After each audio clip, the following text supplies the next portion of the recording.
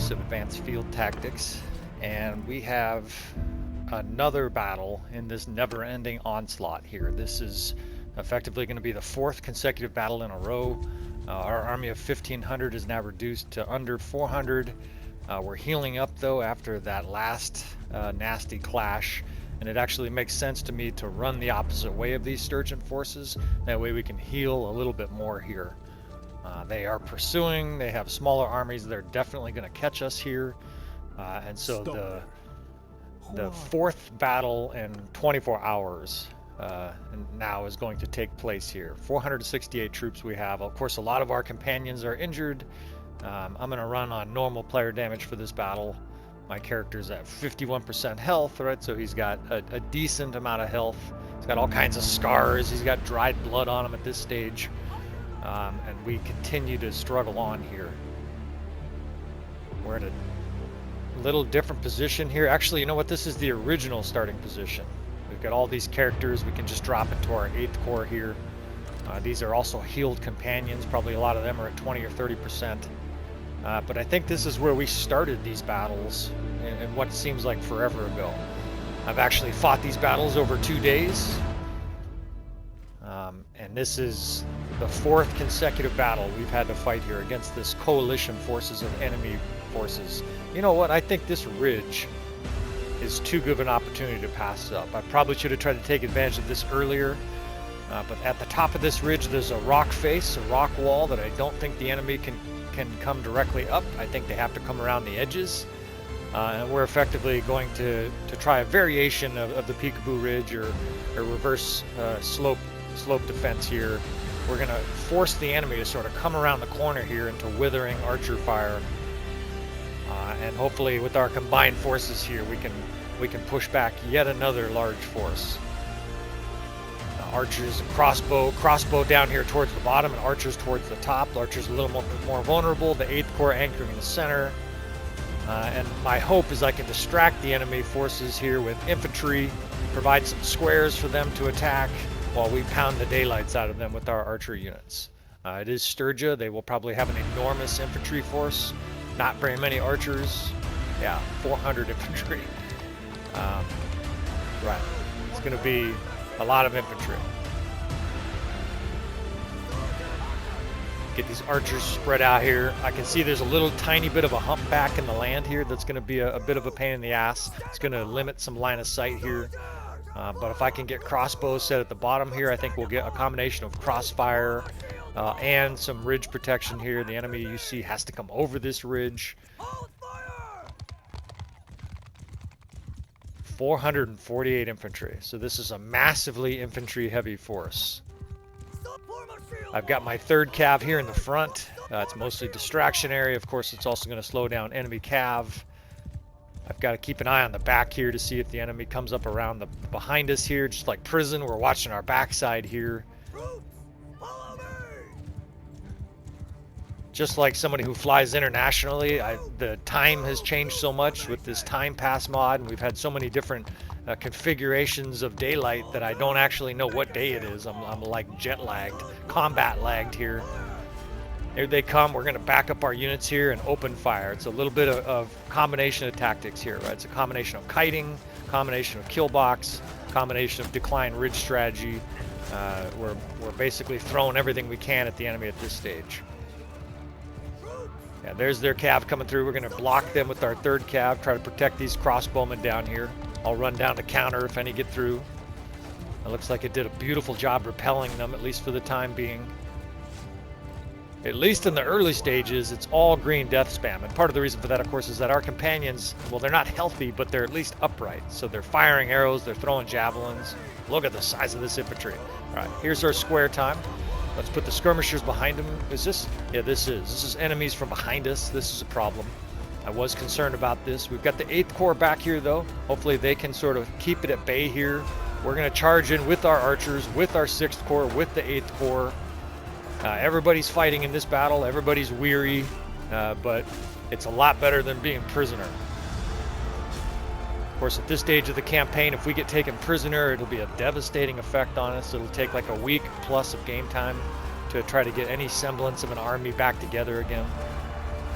Of coming in on the flank here, dragging the 6th and 8th Corps, and we're just going to try to carve a path through this huge infantry force.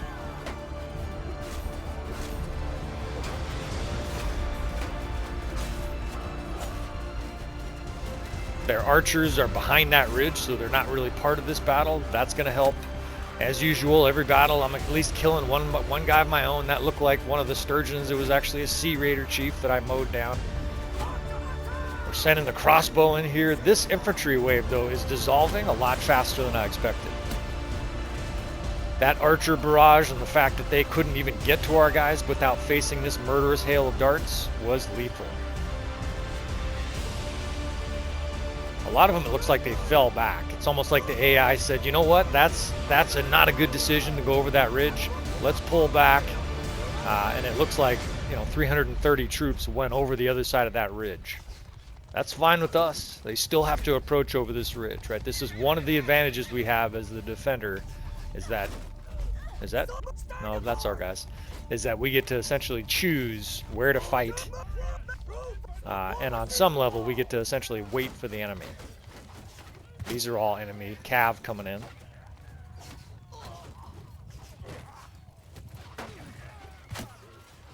They got fucking camels. Not a big fan of camels. They need to do some upgrading to the camels. I don't know. They're pretty worthless. They're slow. They die easy. They're unarmored. They need to do something.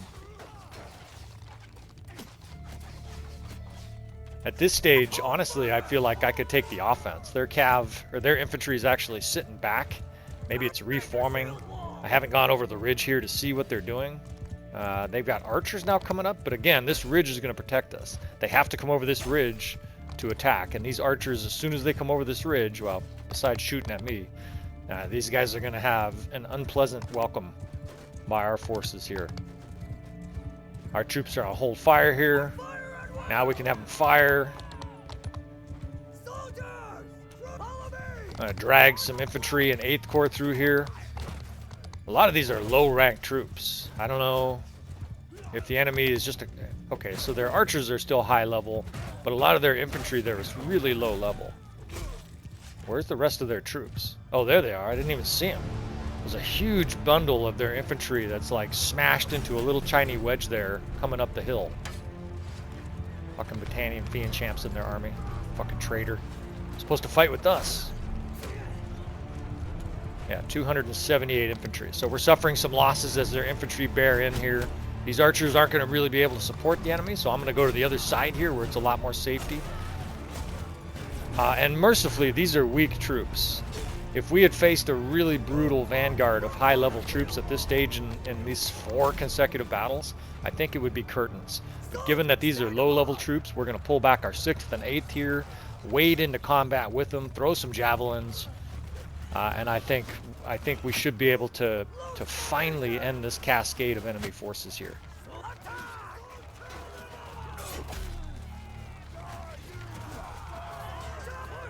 Their infantry is now effectively surrounded by our 6th, 8th, and 1st. We're going to have these different units close in on them here.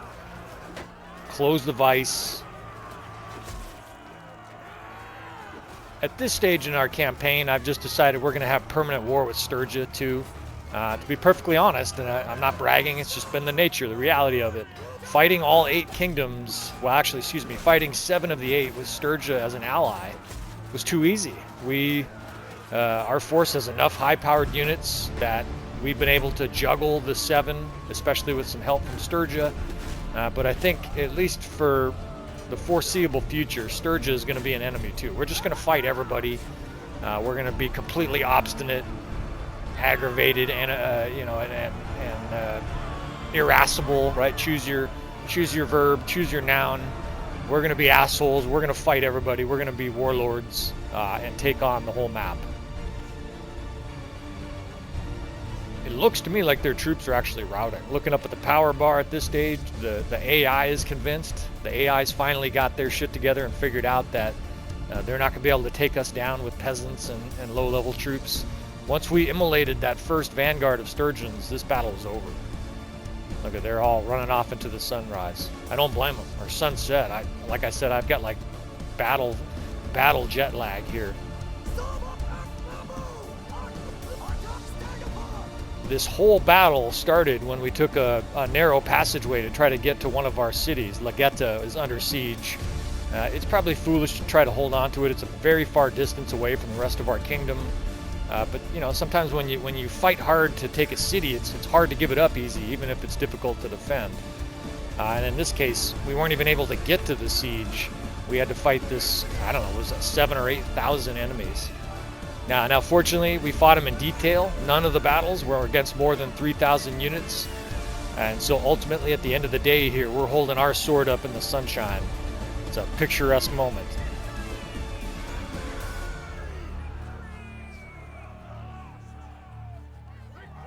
Still, it seems like for every victory, right around the corner, there's another large force or 3 forces sieging. In fact, I've got to go down and attack the force that's at Lagetta. We're probably going to have to gather some reinforcements here, as to say that we're injured is an understatement. I mean, I think we're down to maybe 300 units out of our original 1,500, right? These guys need some R&R. They need some female companionship and ale and some salted pork, right? These guys definitely deserve a break. Obviously, we've gotten a huge amount of experience out of that. I've got clan members that I've got to go in and add some perks to. And this is, people often wonder how I have so many high-level companions. Well, hopefully this, if you watch this 4-battle series, hopefully that's a good example for you, right? We just, in basically 24 hours, I don't even know if it was 24 hours of game time, we just fought 4 consecutive large battles with basically no break between them. And it's been fairly continuous like that the whole time. Okay, we got Castor has an army over here. I'm sure he'll be captured soon. That's an inevitability. But we continue to hold this little oblong-shaped kingdom, right? From Epicrotia up to Revel.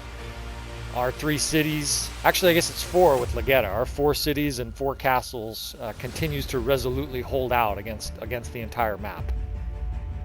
We're going to gather up a few companions here. It looks like they're fighting up here, sort of clearing out some of the enemy forces.